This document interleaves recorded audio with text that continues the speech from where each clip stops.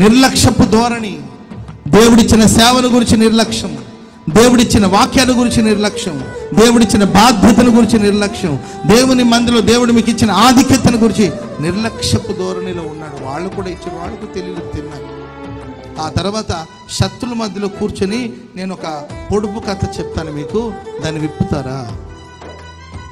ఒక పొడుపు కథ మీకు తెలియచేస్తాను, దానికి నాకు భావం చెప్తారా? ఆ పొడుపు కథను విప్పుతారని. ఎవరి దగ్గర? శత్రువుల మధ్యలో కూర్చొని. బైబిల్ ఏం చెప్తుంది? దుష్టుల ఆలోచన చెప్పున నడువక, పాపుల మారుగాన నిలువక, అపహాసకులు కూర్చుండే చోటున కూర్చుని. ఎవరి మధ్యలో నువ్వు కూర్చుంటున్నావు? ఒక విశ్వాసి సంతోషించవలసిన స్థలం ఎక్కడా? ఒక సేవకుడు సంతోషించవలసిన స్థలం ఎక్కడా? ఏ స్థలములో సంతోషించాలి? ఎవని యందు సంతోషించాలి? ఏ స్థలమందు మనం ఆనందించాలి? మనం ఆనందించడానికి కావలసింది ఏంటి? లోక సంబంధమైన కార్యక్రమాల, లౌకికమైన మనుషుల, అపహాసం హేళన చేసే మనుషుల మధ్యలో కూర్చొని కాలం గడుపుతూ వచ్చాడండి.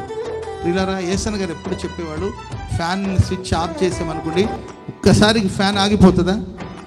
ఫ్యాన్ స్విచ్ ఆఫ్ చేయండి మీరు, ఒక్కసారికి ఆగిపోదు, స్లోగా ఆగిపోయి లాస్ట్కి ఎప్పటికో ఆ ఫ్యాను ఆగిపోతుంది.